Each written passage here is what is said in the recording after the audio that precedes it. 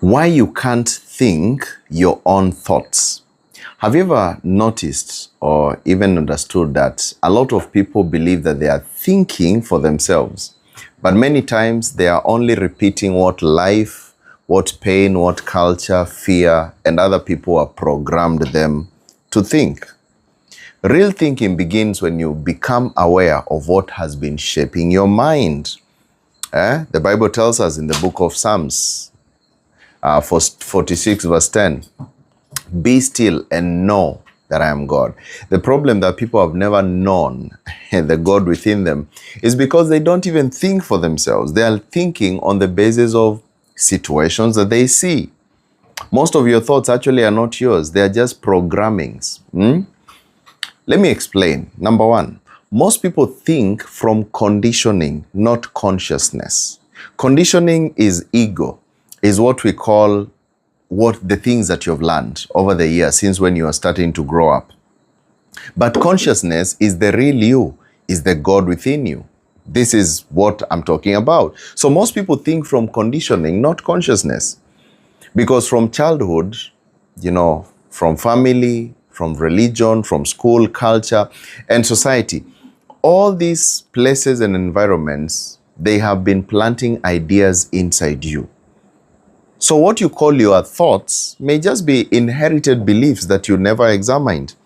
I think this is why Jesus said, until you become like a little child, you deprogram everything that you've learned.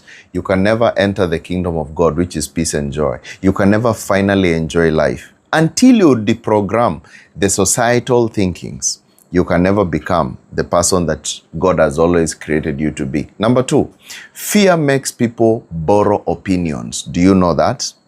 When people are afraid of rejection, they are afraid of failure, they are afraid of being misunderstood, they stop thinking deeply. They begin to choose safe opinions, or what we call popular opinions, or even accepted opinions instead of true ones. And that's why people choose some things, not because they really wanted them, but just because they are afraid. So most of the decisions and ideas that you hear from people, they are not actually theirs. If they were given a chance, they would choose something different, but they do it because they're just afraid. Are you one of them? Number three, emotional wounds distort perception. Listen to this. Do you know that pain can make you think through trauma instead of truth? Do you know just because you've gone through a painful situation, you could just be assuming this is how life is like? Rejection, betrayal, shame, disappointments. This thing can create inner voices that kind of feel real, but they are actually just wounds talking. You understand the point? So this is exactly why you find that sometimes most of the things that you've gone through, they are just distorting your perception, and you think that they are real, and you even believe them. Number four, constant noise blocks inner clarity. Too much social media, too many voices giving you advices left, right, and center, too much entertainment, too much outside input.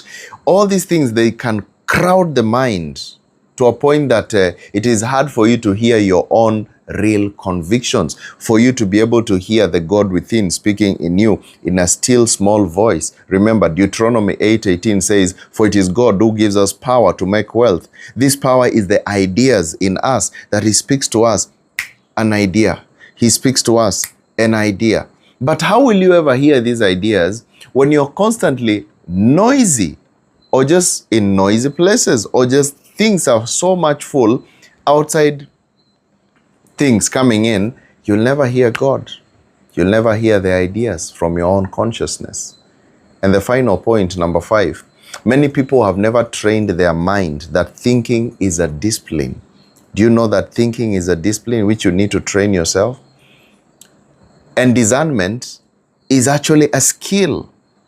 If you do not question, if you do not reflect, if you don't study, if you don't observe and become still, my friends, you will keep living from mental autopilot. You just be doing things just because they are being done. So the truth is this: freedom begins when you pause and ask yourself, is this really my thought, Or is it something that I just absorbed from my experiences? That is where transformation begins.